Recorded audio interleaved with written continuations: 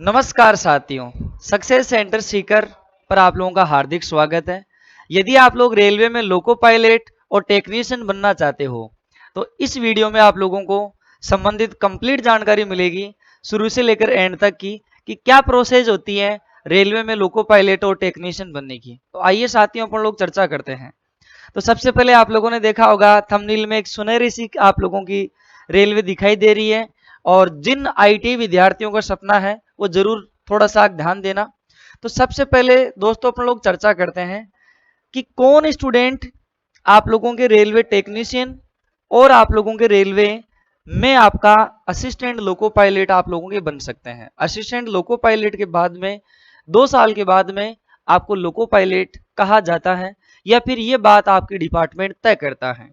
तो साथियों देखो पहला आप लोगों का प्रश्न ये है कि फॉर्म कौन भर सकते हैं। तो साथियों मजे की बात देखना कि जिन बच्चों ने आईटीआई कर रखी है वो बच्चे आप लोगों के लोको पायलट भी बन सकते हैं। जी हाँ, बिल्कुल सही बात है, लोको पायलट भी बन सकते हैं। और दूसरा वो टेक्नीशियन भी बन सकते हैं। दूसरी कौन सी बात है कि वो आप लोगों के टेक्नीशियन भी बन सकते हैं। टेक्नीशियन में भी उनको कोई दिक्कत आप लोगों की नहीं आएगी, वो टेक्नीशियन भी आप लोगों के बन सकते हैं।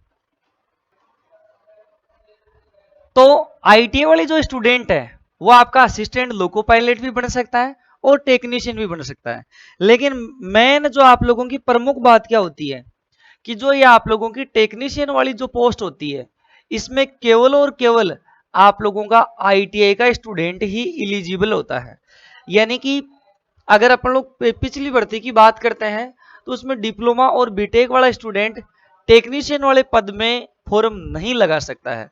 तो ये आप लोगों का एक विशेष प्रकार का बचाव है कि रेलवे में आने वाली जो वैकेंसियां हैं वो टेक्नीशियन की वो केवल और केवल आईटीआई वाले बच्चों के लिए सुरक्षित है जिन्होंने टेक्निकल ट्रेड से अपनी आईटीआई वो कंप्लीट कर रखी है। अब देखो इनके अलावा आप लोगों का डिप्लोमा का स्टूडेंट और बीटेक का स्टूडेंट, ये दोनों स्टूडेंट आप लोगों के केवल और केवल किसके लिए एलिजिबल होते हैं, एएलपी के लिए होते हैं। तो डिप्लोमा का और बीटेक का स्टूडेंट वो आपका टेक्नीशियन में नहीं जा सकता, लेकिन आईटीआई का स्टूडेंट आपका टेक्नीशियन बनेगा यह अधिकार तो 100% उसके पास में सुरक्षित है ही है। लेकिन अगर वो पढ़ने में आप लोगों का तेज है और पढ़ाई थोड़ी सी ज्यादा कर लेता है और फिर साइको टेस्ट का भी थोड़ा ध्यान देता है, होता है कई जोनों में टेक्नीशियन की कट ऑफ भी वो एएलपी से ज्यादा चली जाती है। और साधारण ये अपन लोग कह सकते हैं कि जनरल लोको पायलट में कट ऑफ आप लोगों की ज्यादा रहती है और टेक्नीशियन में कम। और बाकी इसमें 2-3 कारण और हो जाते हैं क्योंकि 6/6 आप लोगों की आंख वाला जो मैटर है। तो ये बात कहना तो मुश्किल होता है कि कौन से जोन की कट ऑफ कितनी आप लोगों की टेक्नीशियन की कम जाएगी या फिर लोको पायलट की आपकी कम जाएगी। लेकिन इस बात से ये क्लियर हो गया कि आईटीआई के स्टूडेंट के लिए एक नंबर बात, टेक्नीशियन की जो वैकेंसियां हैं वो केवल और केवल आईटीआई वाला के लिए सुरक्षित होती हैं। इनमें डिप्लोमा और बीटेक वाला उनको डिस्टर्ब नहीं कर सकता, नंबर एक बात। दूसरी बात, जो आप लोगों का असिस्टेंट लोको पायलट वाला स्टूडेंट होता है वो आप लोगों का डिप्लोमा और बीटेक का स्टूडेंट वो होगा, वो केवल और केवल एएलपी का फॉर्म भरेगा, वो टेक्नीशियन का नहीं भरेगा। एक आपकी सिग्नल एंड टेली कम्युनिकेशन की आती है, वो केवल आप लोगों का 12th पीसीएम का स्टूडेंट भरेगा। अब 12th पीसीएम तो हो सकता है वो बीटेक वाला भी हो, तो वो इनके लिए सुरक्षित होती है, वो आईटीआई वाला आप लोगों का नहीं भर पाता है। दूसरी बात, ये चीज आपके उम्मीद करता हूं जरूर आपको समझ में आई होगी। अब देखो अगर कोई आईटीआई का स्टूडेंट है वो आप लोगों का कौन कौन सा हो सकता है। तो सबसे पहले जिस बच्चे के पास में इलेक्ट्रिशियन से आईटीआई कर रखी है, जो बच्चा आप लोगों का वायरमैन से आईटीआई कर रखा है, और एक आपकी पावर इलेक्ट्रिशियन और होती है वो भी आपकी शामिल होती है। एक जो बच्चा आपका फिटर वाला है, एक डीजल मैकेनिक वाला है जिसे मोटर मैकेनिक व्हीकल मैकेनिक संबंधित ट्रेड है, इलेक्ट्रो मैकेनिक वाला स्टूडेंट है। इसमें इंस्ट्रूमेंट मैकेनिक से भी ट्रेड होती है, सेम सिलेबस होता है। मैकेनिक और रेडियो टीवी से भी आप लोगों की आईटीआई होती है। इन ट्रेडों से संबंधित स्टूडेंट भी आप लोगों का असिस्टेंट लोको पायलट और टेक्नीशियन के लिए एलिजिबल माना जाता है। इनके अलावा भी आपकी ट्रेडें हैं, जैसे आप लोगों की मैकेनिकल ग्रुप की जो ट्रेडें हैं, टर्नर वाली है, मैकेनिकल वाली है, फिटर डीजल मैकेनिक टर्नल है। आपका refrigeration and air conditioner mechanic वो बंदा भी आप लोगों का इसके लिए अवेलेबल होता है, एलिजिबल होता है। Heat engine machinist, mechanic motor vehicle, millwright maintenance mechanic, tractor mechanic, armature and coil winder mechanic. तो ये आप लोगों की आईटीआई है, इनसे आपकी आईटीआई है तो आप टेक्नीशियन भी बन सकते हैं, लोको पायलट भी बन सकते हैं। आगे अपन लोग बात करते हैं, अगर अपन लोग बात करें, ये सवाल भी आपके मन में होता है कि जब फॉर्म आप लोगों के लागू होते हैं तो उस टाइम में यदि आप लोगों का डिप्लोमा, आईटीआई, बीटेक चल रहा है तो आप लोग फॉर्म लगा सकते हैं, नहीं लगा सकते हैं? क्या अपीयरिंग कैंडिडेट फॉर्म लगा सकते हैं? नहीं। जिस दिन आप लोग फॉर्म भर रहे हो, जिस दिन आप लोग फॉर्म भर रहे हो उस दिन आप लोगों की आईटीआई का रिजल्ट आया होना चाहिए, अर्थात आपके पास में मार्कशीट आपके हाथ में होना जरूरी होता है, कंप्लीट आप लोगों के पास में जरूरी होती है। जो भी आपकी आईटीआई है, आपका रिजल्ट पूरा पास होना चाहिए। आगे जो फॉर्म लगाया जाता है वो आपको रेलवे के जो तमाम जोन है उनमें से एक जोन आप लोगों को चॉइस करनी होगी। आप जिस जोन में आप लोग आते हो, जैसे अभी हम लोग सीकर की बात करें तो अजमेर रेलवे जोन है, हमारे लगता है नजदीक है। तो ऐसा नहीं कि आप लोग अजमेर से फॉर्म भर सकते हैं, आप जितने भी भारत हिंदुस्तान में रेलवे के जोन है उनसे आप लोग अप्लाई कर सकते हैं। लेकिन कंडीशन क्या है, केवल और केवल आप लोग एक जोन से ही आप लोग फॉर्म अप्लाई कर सकते हैं। अब आपको तय करना है कि आप लोग कौन से जोन से आप लोग करते हो। जोन का चूज करते हैं तो देखो दो ही तरीके होते हैं। एक तो स्टूडेंट ये सोचता है कि मैं कौन से जोन से फॉर्म भरूं कि वहां कट ऑफ कम जाए, दूसरा ये सोचता है कि मैं इस जोन में लगूंगा तो मेरा जो रेजिडेंस है, मेरा घर है, वो मेरे नजदीक रहेगा। मुख्य रूप से दो ही ये बात आप लोगों की तय करता है। तो आपको खुद को तय करनी होती है कि आप लोग कौन सा जोन चूज करते हो। अहमदाबाद करते हो, अजमेर करते हो, इलाहाबाद करते हो, मुंबई करते हो, भुवनेश्वर करते हो, भोपाल करते हो, बिलासपुर करते हो, चंडीगढ़ करते हो, गोरखपुर करते हो, गुवाहाटी करते हो, जम्मू श्रीनगर करते हो, कोलकाता करते हो, चेन्नई करते हो, मालदा करते हो, मुजफ्फरनगर करते हो, पटना करते हो, रांची करते हो, बेंगलुरु करते हो, सिकंदराबाद करते हो, सिलीगुड़ी करते हो, तिरुवनंतपुरम करते हो। इनमें से साथियों जब फॉर्म आप लोग भरोगे तो आपको क्या करना पड़ेगा, एक जो जोन है उसका चूज करना पड़ेगा। अब साथियों अपन लोग बढ़ते हैं सिलेक्शन प्रोसेस की, जो आपको समझना अति आवश्यक है। आपके साथियों फॉर्म लग गए, फॉर्म लगने के बाद में सबसे पहले इस लोको पायलट बनने की और टेक्नीशियन बनने की जो प्रक्रिया क्या है, कैसे कैसे आप लोगों के पेपर होंगे, पेपर में किस तरीके का क्या वेटेज होगा, सिलेबस क्या होगा, वो चीज समझना जरूरी है। तो देखो आपका पहला एग्जाम होगा CBT first, computer based test. चाहे बच्चा आईटीआई का हो, चाहे डिप्लोमा का हो, चाहे बीटेक का हो, उसको 75 क्वेश्चन मिलेंगे और टाइम होगा आप लोगों का 60 मिनट का। यानी कि 1 घंटे में आप लोगों को 75 प्रश्नों को जवाब देना होगा। आपके सिलेबस किस किस क्या रहेगा, सब्जेक्ट कौन कौन से रहेंगे, आपकी मैथमेटिक्स रहेगी, रीजनिंग रहेगी, जनरल साइंस रहेगा और आप लोगों का इंडिया जीके रहेगा। हो सकता हो 1-2 प्रश्न आप लोगों के करंट अफेयर्स के आ जाए। बात जानना जरूरी है कि क्या नेगेटिव मार्किंग होगी, बिल्कुल आप लोगों का 1/3 नेगेटिव मार्किंग रखा जाता है। पेपर हो गया साथियों। अब सीबीटी फर्स्ट में जितनी भी आप लोगों की जोन वाइज पोस्ट होती है उसके 15 गुना स्टूडेंटों को पास किया जाता है। सीबीटी फर्स्ट का रिजल्ट आएगा तो जिस भी जोन से आप लोगों ने फॉर्म भरा है या फिर कंप्लीटली पोस्टों में, क्योंकि पिछली बार सीबीटी फर्स्ट के बाद में भी जो जोन चूज करने का ऑप्शन दिया था आपको, बाद में दिया था जहां तक मेरे को जानकारी है, तो ये बाद में भी हो सकता है। लेकिन ऑल ओवर कुल मिला के ये बात है कि 15 गुना स्टूडेंटों को सीबीटी फर्स्ट में 15 गुना विद्यार्थियों को पास किया जाएगा। समझ गए भाई? अब इस सीबीटी फर्स्ट में ये वो चीज भी देखते हैं, क्योंकि इन 15 गुणों में जो टेक्नीशियन वाली पोस्ट है, कई बच्चे ये सोचेंगे कि सर इसमें तो मैथ रीजनिंग ये आ रहा है तो हम लोग पास होंगे या नहीं होंगे। अरे भाई आप लोगों की पोस्ट ही अलग है, तो आईटीआई वाले जो बच्चे हैं वो तो पास होंगे होंगे, क्योंकि टेक्नीशियन में तो केवल और केवल वही अप्लाई कर सकता है जिसने आईटीआई से फॉर्म भरा है। तो आपको तो टेंशन करने की जरूरत ही नहीं है। आपके आईटीआई वाले साथी जो इंटेलिजेंट होंगे वो लोको पायलट के लिए और आप लोगों के योग्य हो जाएंगे। अगर ज्यादा गुणा में वो पास हो रहे हैं, उन्होंने लोको पायलट को प्राथमिकता दी है, तो टेंशन करने की आपको तो जरूरत ही नहीं है। आगे सीबीटी, फिर सीबीटी फर्स्ट में क्वालिफाई विद्यार्थियों को एएलपी टेक्नीशियन में से पद की प्राथमिकता तय करनी पड़ती है। क्योंकि चाहे आईटीआई का बच्चा, आईटीआई वाला बच्चा टेक्नीशियन में तो है ही है, लेकिन उसके साथ में ऑप्शन एक और खुलेगा। तो ये बात आईटीआई के लिए लागू होती है कि आप लोग प्राथमिकता पहले टेक्नीशियन के लिए देते हैं या फिर आप लोग एएलपी के लिए देते हैं, क्योंकि डिप्लोमा और बीटेक वाले के पास में तो यही ऑप्शन है, लेकिन आईटीआई वाले के पास में दो रास्ते खुल जाते हैं कि आप लोग पहले लोको पायलट बनोगे या फिर दूसरे नंबर पे आप लोग टेक्नीशियन बनोगे, और बाकी तय करती है फिर आपकी कट ऑफ कि नंबर कम गए हैं या फिर आप लोगों के ज्यादा गए हैं। तो आईटीआई वाले बच्चे के पास में ये ऑप्शन होता है कि वो टेक्नीशियन को प्राथमिकता दे रहा है या फिर वो लोको पायलट को दे रहा है, जबकि डिप्लोमा और बीटेक के पास में तो केवल और केवल किसका ऑप्शन बचेगा, लोको पायलट का ही ऑप्शन है बचेगा। बढ़ते हैं साथियों अपन लोग दूसरी जानकारी में। फर्स्ट स्टेज सीबीटी सेकंड है, इसमें ये सीबीटी सेकंड आप लोग कर सकते हैं, सेकंड स्टेज आप लोग कर सकते हैं इसे, ठीक है भी। सेकंड स्टेज में आप लोगों के जो पेपर होते हैं वो दो पेपर होते हैं। जो आप लोगों का सीबीटी होता है, सीबीटी आप लोगों का जो सेकंड होता है उसमें साथियों आप लोगों के दो पार्ट होते हैं। क्या होते हैं भाई, आप लोगों के दो पार्ट होते हैं। आपका पार्ट क्या हो गया भाई, आप लोगों का ए हो गया, और आप लोगों का पार्ट क्या हो गया भाई, आप लोगों का बी हो गया, ठीक है भाई। अब बच्चों के दिमाग में एक बात आ सकती है कि सर ये दोनों एक ही दिन होते हैं क्या? बिल्कुल आप लोगों के सेम डे होते हैं।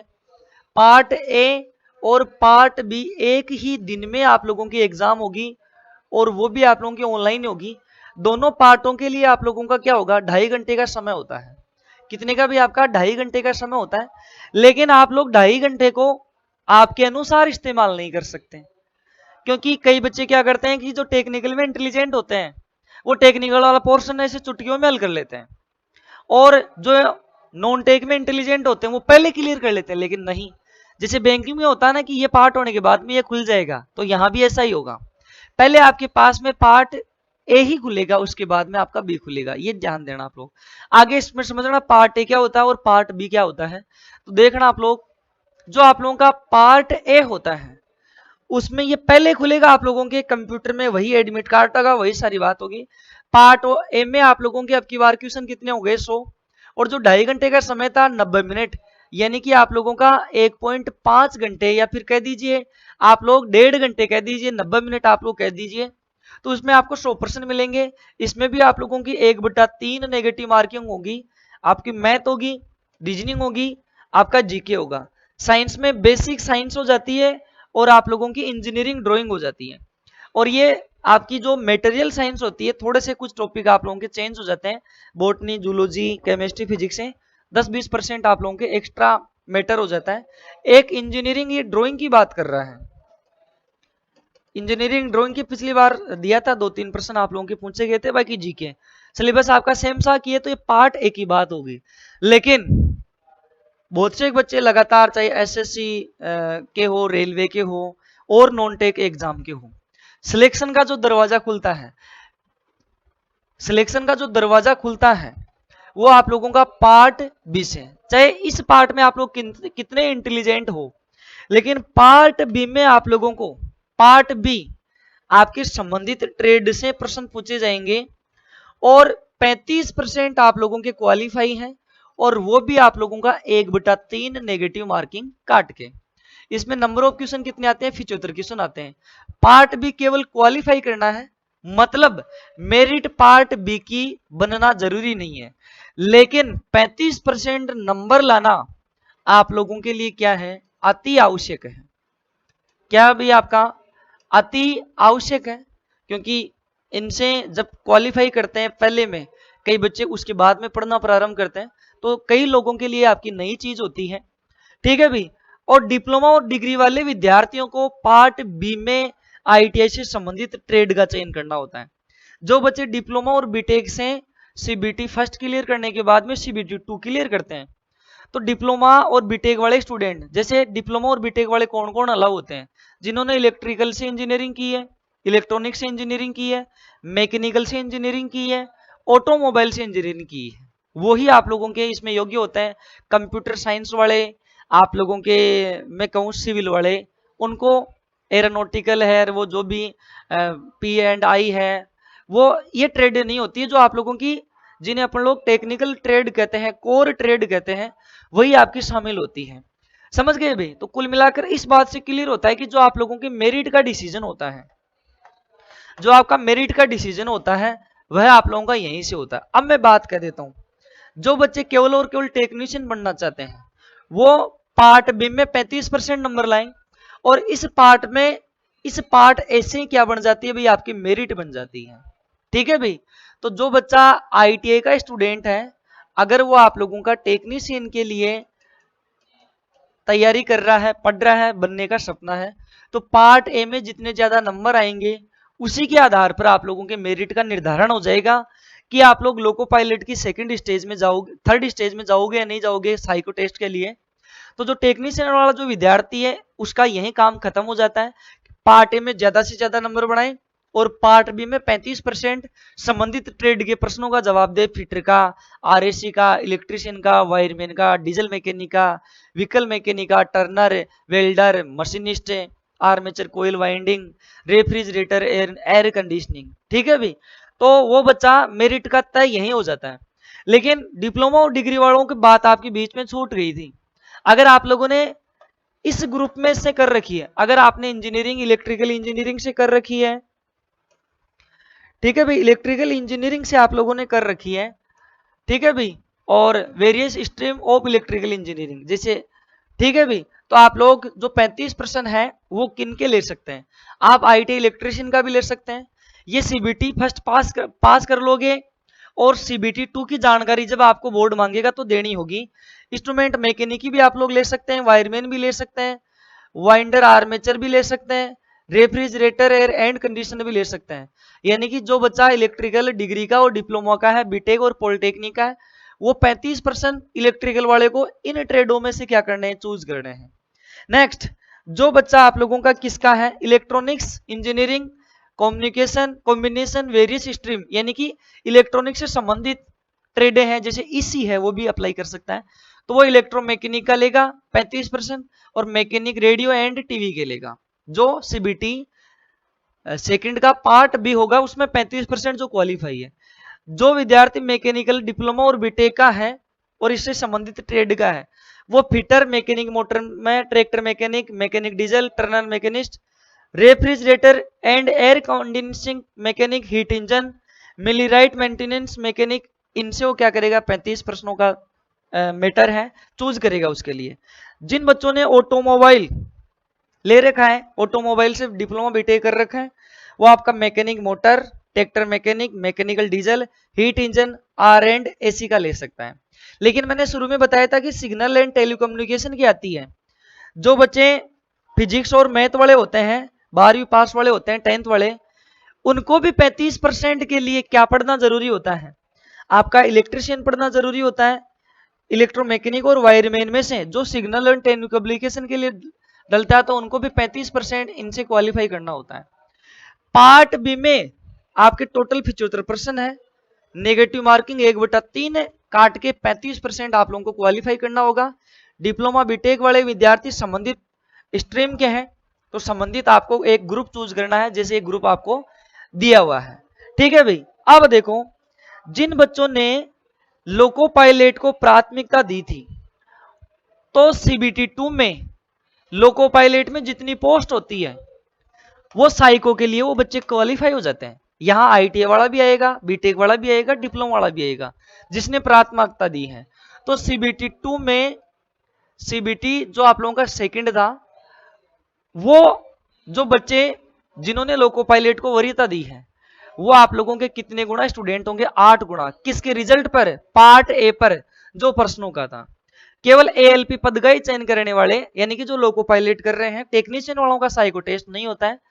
जो लोको पायलट की तैयारी करेंगे, फॉर्म डालेंगे और वो चूज करेंगे, तो एएलपी वालों के लिए आप लोगों का 8 गुना में ये इस पार्ट में आएंगे, CBAT computer based aptitude test, जिसे साइको टेस्ट कहते हैं। इस टेस्ट में आप लोगों का 42 नंबर लाना अनिवार्य है। फिर टोटल आपकी जो लोको पायलट की जो मेरिट बनती है, उसमें आप लोगों का 70-30 का मामला होता है। किसका होता है भाई, 70-30 का मामला होता है। यानी कि लोको पायलट की मेरिट कैसे बनती है, जो आप लोगों का सीबीटी 2 था, जो आपका क्या था भाई, आपका सीबीटी आपका सेकंड था, उसमें 2 पार्ट थे, एक तो आप लोगों का ए पार्ट और बी पार्ट। बी पार्ट में नंबर आपके नहीं जुड़ेंगे, केवल पास करना है। एक के आपके नंबर जुड़े हैं, एम में नंबर आए हैं उसके 70% नंबर प्लस इस साइको टेस्ट में आप लोगों के कितने नंबर आए हैं 30%। इनसे आप लोगों की क्या बन जाएगी टोटल दोस्तों आपकी मेरिट बन जाएगी। उसके बाद में जो जैसे अलग अलग आपके पैरामीटर हैं किसके भाई आपका जो मेडिकल स्टैंडर्ड है B1 है B2 B3 उसके अकॉर्डिंग लोको पायलट के लिए 6/6 आंखें चाहिए, लोको पायलट के लिए कम चाहिए, वो आपकी बाद की बात होती है। तो साथियों ये रेलवे में लोको पायलट और ITI वाले विद्यार्थियों के लिए टेक्नीशियन बनने की पूरी जानकारी थी।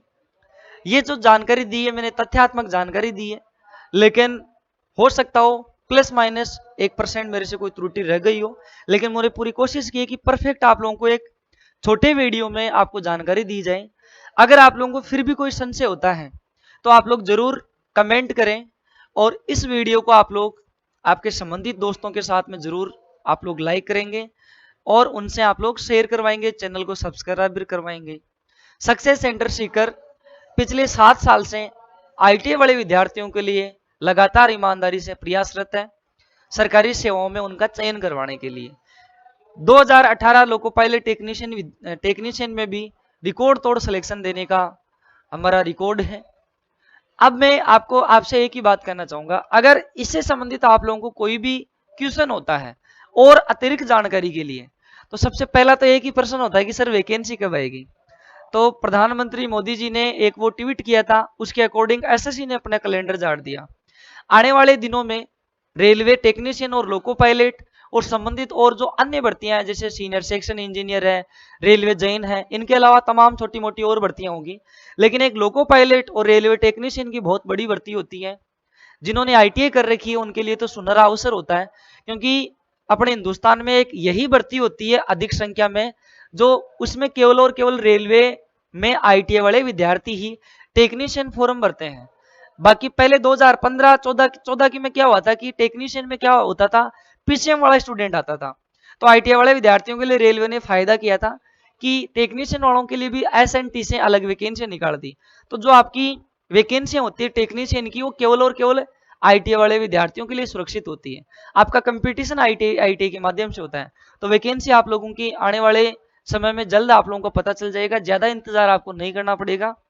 और हम लोग ऑनलाइन और ऑफलाइन के माध्यम से भी बच्चों को रेलवे टेक्नीशियन और लोको पायलट के लिए तैयार कर रहे हैं। जल्द एक ऑफिशियल एक सूचना, ऑफिशियल क्या मतलब कि एक विधिवत आप लोगों की सूचना होगी ऑनलाइन प्लेटफॉर्म के ऊपर कि आप लोग ऑनलाइन कैसे रेलवे टेक्नीशियन लोको पायलट की तैयारी सक्सेस सेंटर के माध्यम से कर सकते हैं और ऑफलाइन आप लोग फाउंडेशन के माध्यम से दमदार तैयारी किस तरीके से कर सकते हैं। बहुत जल्द मैं आपको रेलवे लोको पायलट और टेक्नीशियन के ऑफलाइन और ऑनलाइन बैच की जानकारी दूंगा।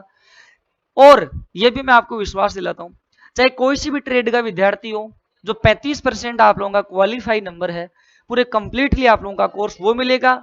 आपका नॉन टेक पोर्शन है बड़ा दमदार मिलेगा।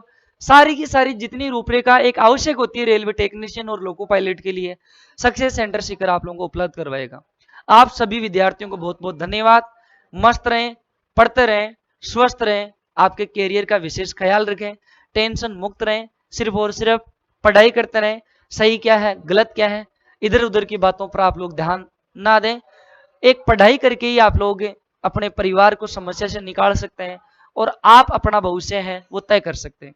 साथियों सरकार को अपन लोग कान पकड़ के नहीं कह सकते हैं कि आज ही भर्ती निकालो, इतनी निकालो, अभी एग्जाम लो। लोकतंत्र है, सरकार के जब जचती है तभी ये सुनते हैं। बहुत बहुत धन्यवाद।